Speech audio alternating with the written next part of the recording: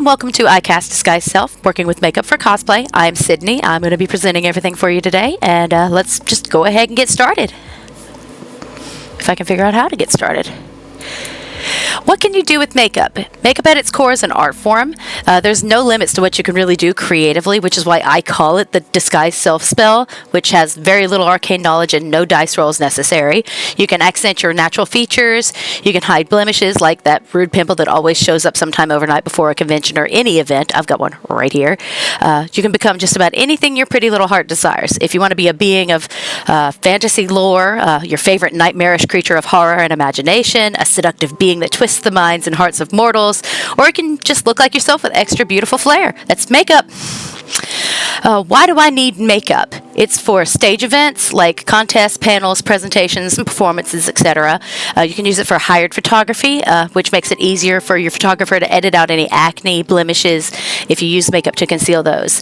It also gives you easier access for editing in your tones and other things. If you're at an event, it's great for like convention hallway photos, attendee photographers or other attendees or fans who want to take photos of you, your costumes, whatever you're wearing. That makeup defines and evens out your facial tones, which makes those photos come out better.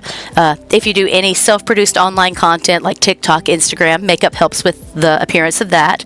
Or if you get nervous going out in public doing something or getting into a cosplay, doing an event, makeup can act as a mask for that. It just looks really good, you guys. It's lagging funny, sorry. So for your safety and cleanliness, this is very important before you even get started in makeup, is knowing how to do these things and knowing what is essential with safety and cleanliness with makeup. So first, you always want to spot test any new and I clicked too soon, sorry. Always spot test new and unfamiliar products 24 to 48 hours before you plan to actually use them for either test runs, cosplay, or whatever event you're going to.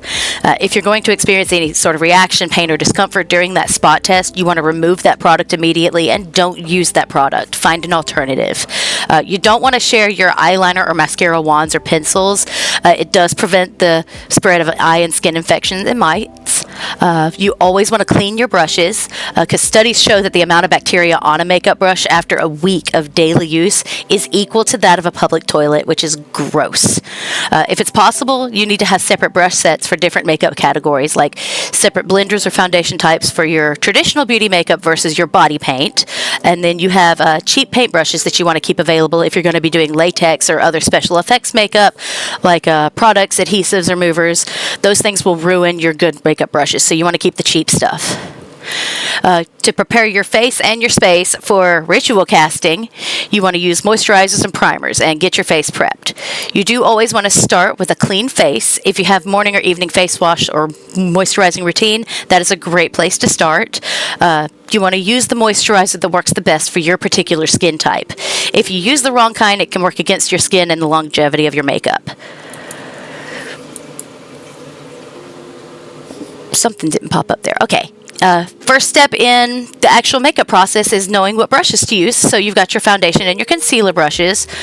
Foundation brushes are usually medium to large in size. They have a soft and tightly packed bristle base. Some brushes maintain this while others are going to fluff out more. To apply the product with a foundation, you're going to either dip that product from the brush and apply it that way, or you can put the dots directly on your face and use your foundation brush or your sponge to blend it out.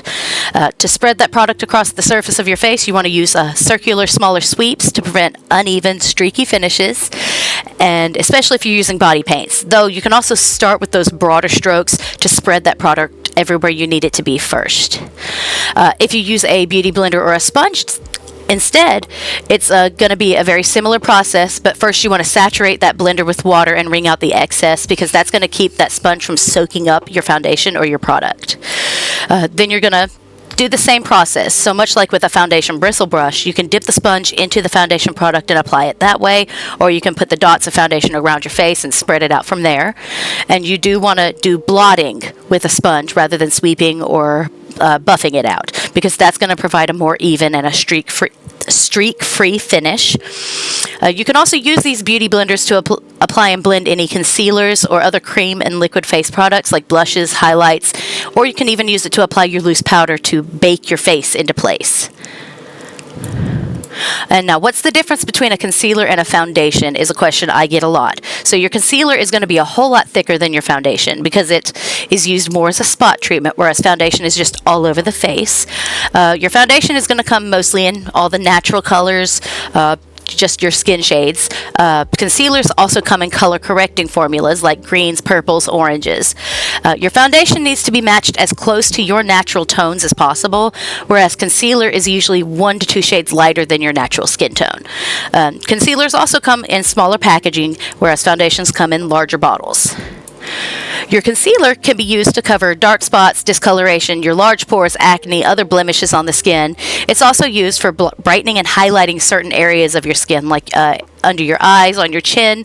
Now, if you do have acne-prone or sensitive skin, you're going to look for products that are non-comedogenic, oil and alcohol-free. Your different types of concealers you've got here is like liquid concealer, which is the most versatile. It's typically sheer buildable coverage. Some of those formulas can be full coverage. That works best on dry to normal skin types. It does come in matte, satin, and radiant finish. You've got balm concealers, which are a much thicker consistency compared to liquid concealers, and they do give thicker, more coverage. This is ideal for normal to oily skin. This has like a balm texture, which is hence the name. Most of your color correcting concealers are balms, so generally you must use these before foundation because it neutralizes discolorations and redness. You have stick concealers, which are best for normal to dry skin. It gives more coverage compared to other concealers, and it has a semi-solid texture, which leaves a very pigmented and vibrant look on your skin. But because of this consistency, this needs to be blended out a lot. It gives full coverage, but it can be pretty heavy on your skin. And cream concealer gives medium to full coverage, but it's not as pigmented as stick concealers. It has a thick formula, and it's recommended for normal to dry skin. Cream concealers work well on dry skin, and they cover dry patches on the skin and blemishes that have dried out. Cream concealers do tend to settle really heavily in your creases, so if you've got fine lines and wrinkles, you should avoid cream concealers. Now, to choose your concealer, you want to find one that is right for your coverage needs, your skin type, and your tone. So it should, like I said earlier, be a shade lighter than your foundation. Now, once you get into your color correction concealers, you have peach concealers, which is going to neutralize blue and purple on medium skin tones. You have orange and pale pink concealers, which neutralize dark spots on dark skin tones. Pale pink will conceal blue spots on fair skin tones. Yellow concealers will conceal purple and dark shadows on tan to olive skin tones. Green concealer hides redness on the skin. And lavender, which also goes hand in hand with green, can also hide yellow patches on the skin. Your foundation is a neutral medium tone, neutral toned base that is meant to even out your skin, and it creates a blank canvas for your makeup application.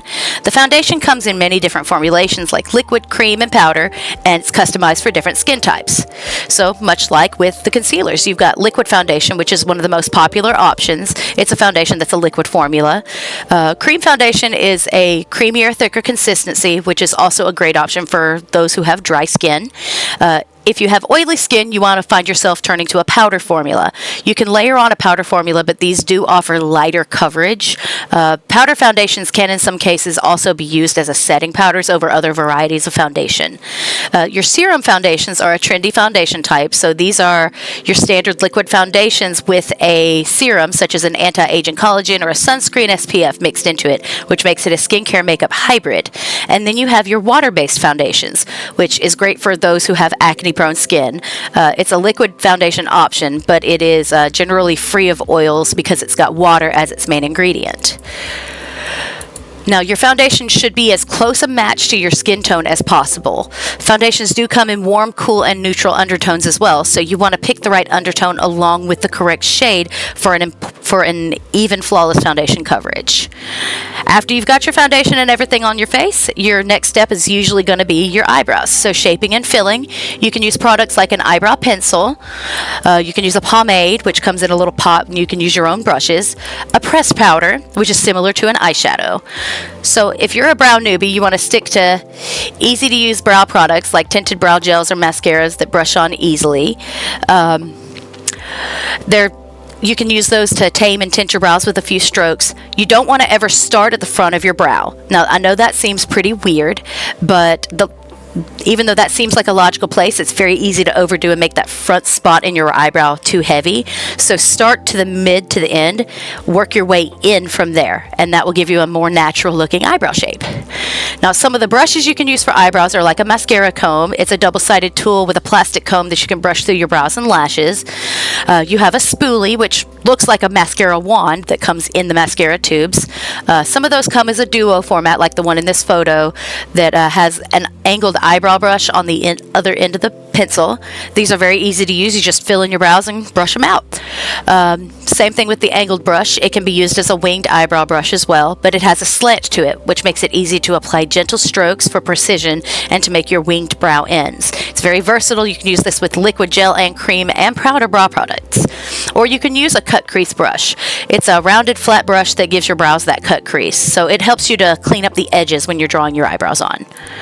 You've also got your glue stick method to remove your eyebrows. So that method comes into play with you want to rub that glue stick all up in your eyebrows, get it everywhere.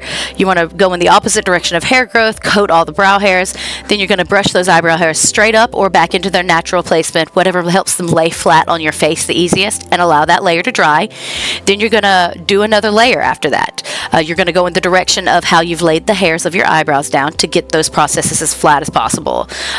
You'll do that multiple times until you've got it fully concealed. Then after every single layer, you want to apply translucent powder. Once that glue is dried, you apply the powder with a beauty blender or your powder brush, and then you're going to pat all around that sticky glue area until it's fully covered. And repeat those processes 2, 3, 4 times as needed, depending on how thick your eyebrows are, until your eyebrows feel flat and stiff and you can't really tell that they're there. Then you'll apply a concealer. So you'll blend concealer on top of those covered eyebrows, blend it out until the powder isn't visible anymore. And you can use color correcting concealers for this as well as your regular concealer. And once you're done with all this step, you're going to powder it one last time with translucent powder and then continue on your eyebrows or with your makeup. Our next step up in the makeup process is contour, which is a makeup technique that adds dimension and shape to your face that uses products that act as shadows and highlights. So you have your powder contour palettes, your cream sticks, you have liquid contour, and you can also use different foundations in corresponding shades and apply these as contour. Here's a couple of pictures of some of the different types of contour products that you can use. So you've got powders, you've got a cream stick, you've got another contour powder palette, and these are different types of brushes. Now, how to contour is you're going to identify your primary face shape or the shape that you're trying to emulate. You'll start contouring over top of your foundation because that gives you that even base to work with. The products that you need while contouring are 2 foundation shades or your contour shades. One that would be a couple shades darker or one shade darker, and one that's lighter than your natural complexion. You can use liquid foundations, contour sticks, depending on what's easiest for you to work with. With the darker of those 2 shades, you want to trace out the parts of your face that you want to add shadow and depth to. So a lot of people will go around their hairline, in the hollow part of their temples, the hollows underneath their cheekbones, the sides, tips of their nose, or under their jawline. And then that lighter foundation shade is going to go on those spots that you wish to highlight, such as just underneath your eyes, on the top of the bridge of your nose, center of your forehead, or your chin. Your contour application guides here are for feminine versus masculine looks. So on one side you have a female body contouring, or female beauty contouring, sorry, and it's rounder, smoother shapes with softer edges, whereas a male contour feature is going to have more angular, sharper edges. And when that's blended out, it looks something a little bit more like this, where you've got the softer, more glowy look to the feminine contour. The masculine contour looks more carved, more, I don't know what the word would be for that. No, I'm so sorry. Angles? Yeah, angled, yeah, more angular. Another thing that you consider when you're doing your contour is with highlights, you can use more glamorous highlights. I've got a lovely photo here of Nikki DeJager from Nikki Tutorials because she's the best example of that. Some of those highlights that you can use are high shimmer. Those are going to be products you use if you want more flash than what you can get with matte or natural highlight shades. Those shimmery highlights are really excellent to make those high high points on your face pop. It accents and brightens up specific areas like the inner eye corners. That's going to open up and brighten your eye, the top of your cheekbones, the center of the cupid's bow of your top lip, and you can even run some of those brighter highlights along the top of your brow, along your jawline, even just across your chin. It makes those features pop out and gives it a whole lot more glam. After you do your highlights and your contours, you want to add your blush on top of that. So like many other makeup products, blush comes in a few different formulas. Each blush formula works well for different types of skin, different preferences. So one of the best blush tips for beginners is to know the difference between these 3 blush formulas and to discover which one works best for your skin type or your preference. So powder blush is your standard blush. It's a very popular option for all skin types, but especially if you have oily skin, because it's easy to work with and it doesn't really move around much. Powder blush is usually applied after your foundation and setting powder. Your cream blush is another really well-liked option. Most people are opting for cream blushes right now because it's giving you a very flushed and glowy makeup look. It's usually applied after your foundation, but before you powder or use any powder products. Liquid blush is another option, and if it's done correctly, it can leave that skin with a gorgeous, naturally flushed look. A liquid blush is applied similarly to cream blush after foundation and before powder products. I also recommend liquid blush if you're not wearing foundation at all and you just want to add some color to your cheeks.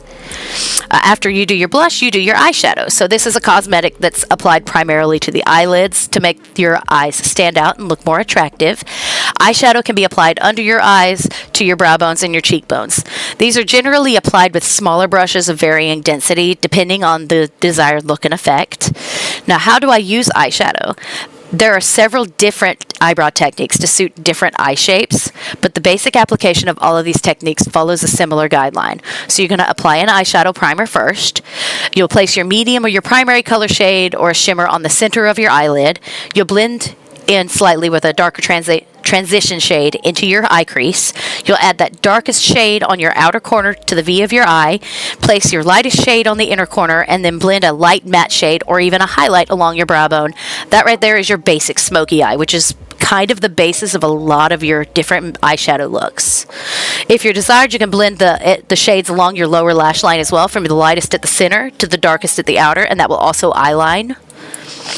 After you do your eyeshadow, you do your eyeliner, which is, you've got your pencils, which are a waxy or solid eyeliner. These are best to use in your waterline or your lower lash line. They can be buffed out for more bold effects, and they're less likely to run in the case of your eyes watering.